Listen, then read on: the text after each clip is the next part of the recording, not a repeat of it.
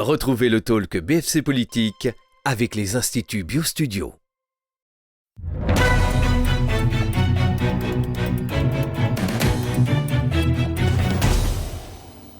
Bonjour à tous et bienvenue dans ce nouveau numéro du talk BFC Politique de ce dimanche 19 février 2017.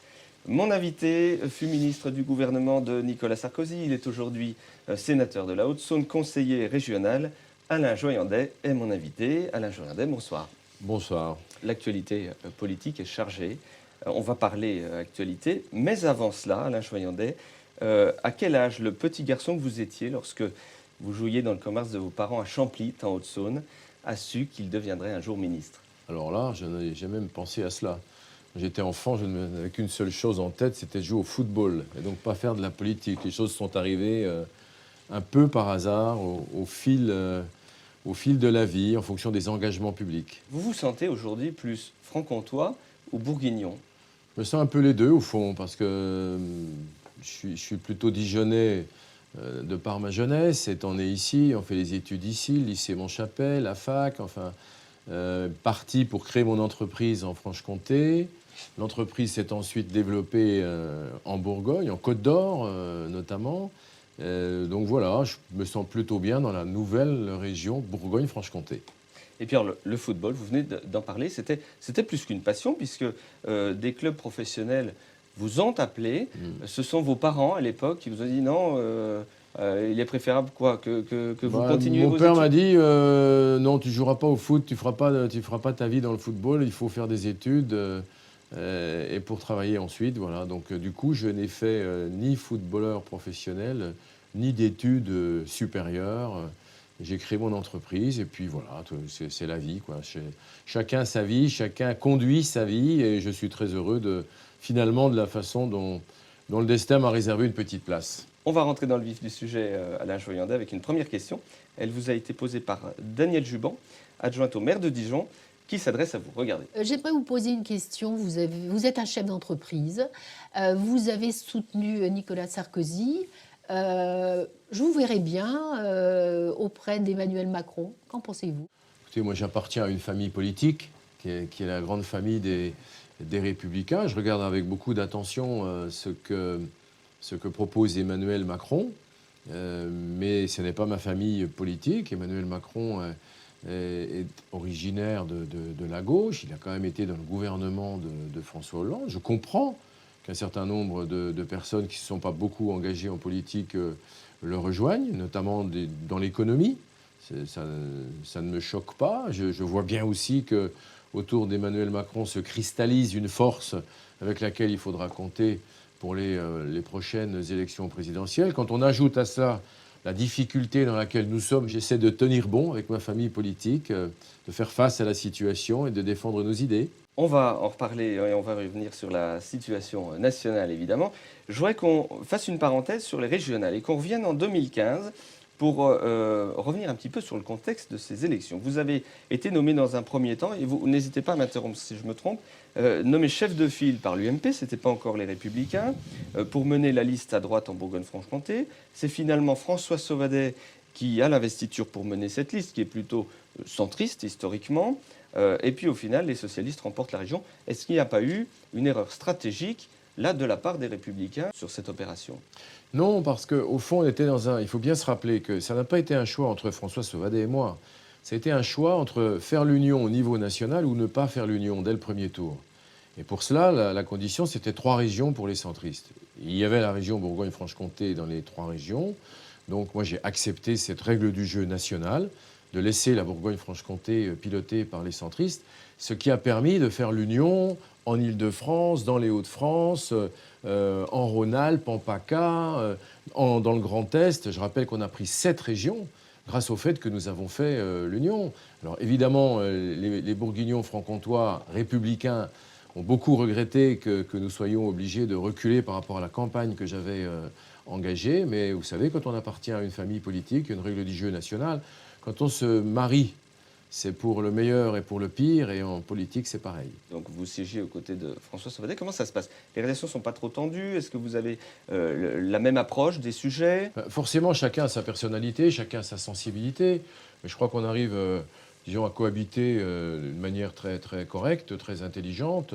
Voilà, moi je préside la commission des finances, lui préside le groupe de la droite et du centre. Je crois qu'on fait un travail d'opposition intelligent également. Les socialistes ont dit, nous, on ne veut pas faire d'économie, on veut augmenter les impôts, parce qu'on a besoin d'argent pour continuer à arroser. C'est leur politique, c'est pas la nôtre. Mais en fait, donc, on conduit cette opposition d'une manière assez complémentaire. Et je crois qu'on est utile et qu'on fait, en tout cas, je pense qu'on essaie de faire honneur à ceux qui nous ont fait confiance, puisqu'on a perdu, certes, cette élection, mais on est là pour la durée du mandat, pour faire le travail qui nous a été demandé et respecter les engagements que nous avions pris avant la campagne. Vous venez de l'évoquer, Alain Joyandet, vous avez été nommé président de la commission des finances. C'est Marie-Guide Dufay, la présidente de région, qui vous a nommé président de cette commission des finances. C'est pas un petit peu suicidaire de donner à son opposition la clé de la présidence de la commission des finances? Au fond, elle a suivi l'exemple de Nicolas Sarkozy, puisque quand Nicolas Sarkozy était président de la République, il s'était engagé à donner la présidence de la commission des finances à l'Assemblée nationale à un socialiste, ce qu'il a fait, Didier Migaud, qui ensuite d'ailleurs est devenu le président de la Cour des comptes. Donc dans un souci comment dire, démocratique, de transparence, la présidente de la région a eu ce geste. Elle est un peu obligée quand même d'ouvrir. Pourquoi ? Le deuxième tour de l'élection, c'est en gros 3 tiers. Un tiers pour les socialistes, un tiers pour nous, un tiers pour le Front National. Ça veut dire qu'elle est présidente élue avec 33% des voix. Ça veut dire que les voix des deux oppositions représentent plus de 60% de la population de la Bourgogne et de la Franche-Comté. Et je rappelle qu'elle a 51 conseillers régionaux. Nous en avons 25, le Front National 24. Donc elle est obligée, si vous voulez, d'avoir un geste d'ouverture. Et donc moi j'estime que ça nous donne aussi à nous un certain devoir, un devoir d'opposant, ferme, sans concession, mais aussi constructif. Il faut aussi qu'on propose quelque chose. C'est mon boulot de président de la commission des finances. C'est pourquoi j'ai voulu aussi faire face à cette responsabilité en présentant ce contre-budget. Alors, on ne va pas revenir sur toutes les mesures qui ont été décidées. L'une d'entre elles, ça a été d'aligner le tarif du cheval fiscal en Franche-Comté sur la Bourgogne. Vous y étiez farouchement contre. Oui. C'était quoi la solution? C'était de faire l'inverse? Non, la solution, c'était de se donner 5 ans pour fixer un tarif cible, baisser un peu les tarifs de la Bourgogne, monter un peu le tarif de la Franche-Comté pour faire en sorte que dans 5 ans, le tarif des cartes grises soit le même dans les deux régions, mais pas avec cette solution, une espèce de raquette, si vous voulez. C'est 20 millions d'euros ou presque, enfin un peu moins cette année parce que ça ne commence pas au 1er janvier, mais c'est quand même pratiquement la totalité de la compensation des baisses de dotation de l'État. Ça veut dire que si on prend les chiffres en gros, hein, les 20 millions d'euros de baisse des dotations de l'État, un peu moins, sont compensés en totalité par une somme quasiment équivalente prise uniquement sur les cartes grises des francs-comtois. Alors c'est pas pour mettre bourguignons et francs-comtois en porte-à-faux, c'est juste en termes de gestion économique aussi. Il faut savoir que la Franche-Comté a une tradition automobile très forte, que les gens, les milliers d'ouvriers Peugeot changent de voiture tous les 6 mois puisqu'ils achètent et ils revendent. Donc c'est quand même très très important. C'est pour ça que dans le contre-budget que nous avons préparé, nous avions, nous, prévu une baisse des tarifs des cartes grises par rapport à ce qu'ont fait les socialistes pour mettre en adéquation nos propos avec notre technique budgétaire. Une autre politique budgétaire est possible. D'ailleurs, le fond de cette autre politique budgétaire, c'était de se servir de cette baisse de charges pour relancer l'activité économique en Bourgogne-Franche-Comté à travers un grand plan de mobilisation des travaux publics avec les collectivités locales de 180 millions d'euros, ce qui est très important, alors que là, on a une région qui augmente les impôts, qui augmente les frais de fonctionnement. On ne voit pas très bien la stratégie des socialistes. Et puis surtout, il n'y a aucune dynamique d'investissement. On va faire une petite pause, Alain Joyandet, dans cette émission avec un quiz BFC Politique. Est-ce que vous en connaissez le principe? Je vais découvrir. Alors, ce sont des questions très directes sur lesquelles un oui ou un non suffisent a priori, ou alors une réponse assez rapide. Si je vous demande un ami politique fiable et loyal en Franche-Comté, vers qui vous pensez... En Bourgogne-Franche-Comté ou en Franche-Comté? En Bourgogne... Allez, en Bourgogne-Franche-Comté. Écoutez, un ami politique loyal. Un ami politique loyal, il n'y en a pas qu'un d'ailleurs. En citant un, c'est compliqué parce que ça cache tous les autres. Mais comme ça, à la cantonade, je vais vous dire par exemple Gilles Platré, maire de Châlons, voilà, avec lequel j'entretiens, mais il n'y a pas que lui, hein, évidemment, et beaucoup d'autres personnes. J'ai Valère Neudet dans le Doubs, Françoise Bronger, voilà, j'ai de très bonnes relations ici à Dijon avec Alain Houpert, bien d'autres encore. Voilà, vous voyez, je suis déjà gêné d'oublier certains noms qui ne me viennent pas comme ça. À l'inverse, une personnalité que vous évitez de croiser. Vous savez, moi j'aime les gens. Et même quand il y a des gens qui ne pensent pas comme moi, j'ai plutôt tendance à aller vers eux pour discuter, pour convaincre, pour échanger, pour être convaincu moi-même, pourquoi pas, mais je n'évite personne. Votre meilleur souvenir au ministère? Mon meilleur souvenir au ministère, il y en a eu beaucoup, mais je pense à ces femmes dans un bidonville au Kenya qui faisaient de l'agriculture urbaine, vous savez, dans des bidonvilles, dans des petites places dans les bidonvilles où il y a quelques dizaines de mètres carrés et où il n'y a pas de place. Donc ils empilent des sacs, ils empilent des gros sacs en toile de jute, comme ça, des sacs verticaux qui sont empilés, appuyés contre les bidonvilles en tôle, et on plante, ils font des plantations sur le côté des sacs, on troue les sacs et on fait des plantations. Elles récoltent ces légumes qu'elles vont vendre sur leur marché pour faire vivre leur famille. J'ai été très ému le jour où je suis allé leur rendre visite dans ce bidonville en Afrique. Vous savez, l'Afrique, c'est l'avenir de l'Europe. C'est l'avenir de l'Europe. Et je pense que si l'Afrique ne va pas bien, l'Europe n'ira pas bien. Et on doit beaucoup plus s'intéresser aux relations entre l'Europe et l'Afrique dans les années à venir pour y reprendre pied, pour les aider à se développer. Dans 20 ans, il y aura 2 milliards d'habitants en Afrique. Ils sont 800 millions aujourd'hui. Quand on parle d'immigration aujourd'hui, ça n'est absolument rien par rapport à ce qui va se passer dans 30 ans si l'Afrique ne se développe pas et si elle ne donne pas le moyen à sa jeunesse de se développer. Et pour l'instant, là-bas, l'économie est beaucoup tenue par ces femmes qui sont absolument admirables. Votre plus belle rencontre humaine, Alain Joyandet? Comme tout le monde, pour moi, l'humain compte énormément. Et pour moi, l'humain, ça reste quand même avant tout ma famille, mes proches. Le sport que vous pratiquez aujourd'hui, si vous en pratiquez, hein. Ah ben vous savez, avec l'âge, on change de sport. Parce que quand on est jeune, on joue au foot. Quand on est un peu moins jeune, on commence à faire du vélo. Après, on fait de la marche à pied. Donc encore un peu de vélo et de la marche à pied. Vous suivez encore le foot? Ah oui, bien sûr. Votre équipe coup de cœur, favorite? Oh, le PSG. Moi, j'aime bien le PSG. Je suis classique, hein, si vous me parlez des professionnels. À l'instar de Nicolas Sarkozy.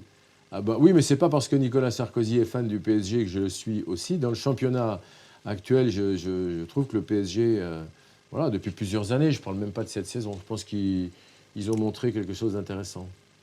Et au niveau local, vous suivez le DFCO par exemple? Pas beaucoup. C'est vrai que je ne suis pas beaucoup le DFCO pour l'instant. J'ai suivi pas mal le basket. Mais voilà, je n'ai pas beaucoup de temps en ce moment, je l'avoue, pour aller dans les compétitions sportives régionales. Je ne vais d'ailleurs pas non plus voir le PSG. Je n'ai pas beaucoup de temps pour aller voir les compétitions. Destination de vacances préférée, là où vraiment vous êtes dans une bulle d'oxygène, coupée de tout, pour vous ressourcer, ça serait où? Ah ben c'est au bord de la Saône, à Grès, là où je vais très régulièrement pour me ressourcer avec ma famille aussi. Vous savez, on a dans notre Bourgogne-Franche-Comté des endroits absolument formidables. La Saône partageait auparavant, séparait la Bourgogne et la Franche-Comté, et aujourd'hui, la Saône rassemble. C'est la colonne vertébrale de la Bourgogne et de la Franche-Comté. Il y a des choses absolument, des endroits bucoliques absolument merveilleux. Cette Saône, elle est très étonnante, elle est parfois apaisante, parfois elle se fait un peu dangereuse quand elle sort de son lit. Mais j'adore vraiment les rives de Saône. Et d'ailleurs, quand on va se balader un petit peu, ne serait-ce que sur les petits bateaux de location, on voit le paysage d'une manière totalement différente. Dernière question, Alain Joyandet, avant de revenir à l'actualité politique locale. Vous êtes chef d'entreprise, c'est une de vos autres casquettes. Qu'est-ce qu'attendent aujourd'hui les chefs d'entreprise en France? On attend vraiment une baisse des charges. C'est absolument capital pour redonner de l'oxygène aux entreprises, de la flexibilité, de la simplification administrative.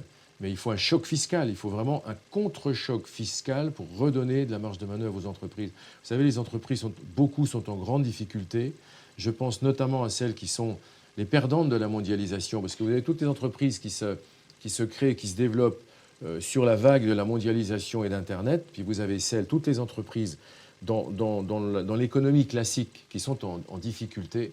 Et pour celles-là, il faut absolument faire quelque chose. Je pense aux commerçants, aux artisans, aux paysans, aux PME, tout ce qui fait le capitalisme familial. Je ne parle pas des grands groupes, mais c'est le capitalisme familial auquel je suis très attaché parce que ce sont des gens responsables, ce ne sont pas des financiers, ce sont eux qui fournissent les classes moyennes. Ce sont les classes moyennes qui sont le ciment de la société. Si on laisse détruire les classes moyennes, alors on aura une société écartelée, avec des gens à la base qui gagneront très très peu d'argent, et puis quelques personnes au-dessus qui en gagneront beaucoup. Vous savez, moi je suis chef d'entreprise, je ne suis pas un libéral à tout crin. Je pense qu'on a besoin d'une régulation, parce que la liberté est indispensable, mais dans un cadre républicain, avec une intervention des pouvoirs publics qui permettent cette régulation. La finance ne peut pas tout faire, le marché ne peut pas tout faire, et nous les chefs d'entreprise, c'est d'ailleurs pour ça aussi que je ne comprends pas trop les chefs d'entreprise qui, pour l'instant en tout cas, rejoignent Macron, parce que dans le programme de Macron, il n'y a rien de tout ça. Le programme de François Fillon, le projet de François Fillon est celui dont nous avons besoin pour faire en sorte que la France, dans 10 ans, redevienne vraiment un État debout, avec une économie en forme et un chômage de masse qui a disparu. Merci d'avoir répondu avec autant de sincérité à ce quiz. Il nous reste 2 sujets sur lesquels je voudrais revenir avec vous. Dijon, quel regard vous portez sur cette opposition déstructurée, alors même que vous êtes intervenu en médiateur en 2014 ? D'abord, je suis content d'être intervenu en médiateur en 2014 et d'avoir réussi la mission qui m'avait été confiée. Il y a eu une opposition, il n'y en a pas eu 2 au moment des élections municipales, ce qui a permis quand même de faire un score, même s'il était largement insuffisant, qui ne soit pas un score ridicule. Parce que s'il y avait eu 2 listes de la droite face à M. Rebsamen, je pense que ça se serait quand même très mal terminé. Bon, voilà. Mon regard sur Dijon, vous savez, moi j'essaie d'être lucide. Je pense qu'un jour, il faudra une alternance à Dijon, parce que c'est nécessaire dans les collectivités que nous ayons des alternances. On ne peut pas garder des élus pendant des décennies sans qu'il y ait d'alternance, de respiration, d'oxygénation. Mais en même temps, quand on est un petit peu en recul pour regarder ce qui se passe dans une ville que je connais bien, Dijon c'est ma ville, je la connais bien, on ne peut pas dire que M. Rebsamen n'a pas développé Dijon, n'a pas fait de bonnes choses à Dijon. Je pense qu'il faut faire de la politique aujourd'hui, que ce soit une politique la plus, la plus objective possible, la plus honnête possible. Si j'étais maire de Dijon, il y a un certain nombre de choses que je ne ferais pas comme M. Rebsamen, ça c'est clair. Mais en même temps, il était très difficile à battre parce que de toute évidence, il a fait bouger Dijon, il a fait des choses qui étaient plutôt bien. Et je pense que son électorat aujourd'hui à Dijon va bien au-delà de la gauche. Donc c'est très difficile de battre M. Rebsamen à Dijon, mais il faudra un jour une alternance dans l'intérêt des citoyens. Est-ce qu'Alain Joyandet pourrait, en 2020, être chef de file pour mener les municipales à Dijon, par exemple ? Pour être maire d'une ville, il faut une très grande légitimité. Il faut beaucoup de légitimité. Il faut faire de l'opposition. J'ai fait de l'opposition avant à Vesoul pendant 6 ans pour comprendre, pour se former, pour voir. Et puis quand on est légitime, ça vient tout seul. Donc je pense qu'il faudra trouver, face à M. Rebsamen, un jour, un moment donné, il faudra bien que ça vienne et le plus vite possible sera le mieux, quelqu'un qui soit légitime et qui rassemble pour avoir une chance de conduire l'alternance à Dijon. Concernant les législatives, comment ça se passe en Haute-Saône ? Ça se passe plutôt bien. Écoutez, nous, on a 2 circonscriptions. On a investi donc un homme, une femme pour la parité. Donc je pense que les choses devraient bien se passer. Il y a une circonscription qui est un petit peu plus facile que l'autre. Mais j'espère que nous pourrons avoir ces 2 circonscriptions au moment des législatives. Il faut que d'ici là, nos affaires soient réglées au sein de la famille des Républicains pour que nous sortions de cette tempête qui permette à la fois de gagner les présidentielles et puis derrière de gagner les législatives. Vous savez que les législatives dépendront en très grande partie des élections présidentielles. Un petit mot sur le national pour terminer. Le choix de Benoît Hamon par les socialistes. Benoît Hamon, son revenu universel, la façon dont il propose une nouvelle société a pu attirer effectivement des gens qui sont désespérés, qui se disent ben oui, finalement, le boulot, on n'en aura plus. Le revenu universel, c'est peut-être quelque chose qui nous... on sera bien content de le trouver. Nous, à droite, on dit que c'est vraiment la capitulation totale. On croit au travail, on croit au redressement du pays, on croit à la volonté, on est des gaullistes. On pense qu'on ne peut pas comme ça dire, voilà, ben non, c'est fini, il n'y aura plus de boulot, on va vivre de subventions, qui paiera? Donc il faut que la France se remette debout. Et nous, notre projet avec François Fillon, si François Fillon peut lui-même se remettre debout, on va voir ce qui va se passer, eh bien, c'est de remettre debout la France et de faire en sorte que dans 10 ans, la France redevienne à nouveau la première puissance européenne, que les entreprises aient de l'oxygène, que les gens aient envie d'aller au boulot, que nos jeunes ne partent plus à l'étranger créer leurs entreprises, et puis qu'on remette un peu de fierté dans ce pays. C'est pas parce qu'on a un peu réussi, parce qu'on est chef d'entreprise, qu'on doit être jeté aux orties, quoi. Il faut aussi... Alors c'est peut-être là que Macron nous apporte un peu quelque chose aussi, parce que au moins Macron, il est de gauche, mais il canarde pas sur tout ce qui bouge, les gens qui réussissent. Il faut aussi que les Français comprennent. Tu sais, ma grand-mère disait une chose, hein. Elle disait, quand il n'y a plus de riches, il n'y a que des pauvres. Donc il faut accepter. Je comprends qu'il y a des chiffres qui choquent. Donc il faut faire les choses, comment dire, honnêtement, avec discernement, faire très attention de quoi on parle, mais il faut que nos concitoyens aient envie à nouveau de fierté, que les jeunes aient des projets, qu'on puisse gagner de l'argent en France quand on travaille. Comment voulez-vous que ce pays s'en sorte si on n'a plus la possibilité, quand on a 25 ans, d'avoir des projets? Regardez ce que vous faites ici, c'est formidable. Et moi, je vous félicite parce que vous avez envie d'y aller. Moi, j'ai envie de passer ça, de passer cette passion. Moi, en Haute-Saône, j'ai créé ma petite boîte en Haute-Saône. Et puis voilà, on a une entreprise aujourd'hui. On a galéré. On aurait pu aussi déposer le bilan parce qu'on a fait tout ça en partant de rien. Mais on s'est battu avec des petites équipes. Et puis aujourd'hui, on est une 50aine dans l'entreprise. Et ça marche. Et puis c'est difficile parce qu'il y a Internet et parce qu'il y a tout ça. Mais il faut continuer à se battre. Il faut vraiment garder ça, quoi. Et moi, Macron, le revenu universel, voilà, nuit debout, et puis coucher la journée, quoi. Voilà, donc il faut changer cet état d'esprit-là. Et normalement, c'est à la droite que revient de reprendre ce flambeau. Hélas, on traverse une tempête qui tombe vraiment très très mal. Mais moi, je peux vous dire que je suis motivé comme au premier jour pour faire passer ces messages de détermination, d'espoir. Et partout où je peux être utile pour aider, je resterai passionné, je crois, jusqu'à la fin de mes jours pour mon pays, pour nos jeunes, pour nos entreprises. Voilà. On l'a bien compris, je crois. Merci Alain Joyandet. Je vous en prie, merci pour votre invitation. La semaine prochaine, on se retrouve avec un numéro du Talk UBFC Business, peut-être un jour dans cette configuration, chef d'entreprise. Je ne suis plus chef d'entreprise puisque ce sont mes enfants maintenant qui sont chefs d'entreprise et qui ont repris, c'est ma grande fierté. Donc j'ai fait de la politique à temps plein pour la première fois. Et puis dans 15 jours, donc le 5 mars pour un nouveau numéro du Talk BFC Politique. Bonne fin de soirée à tous.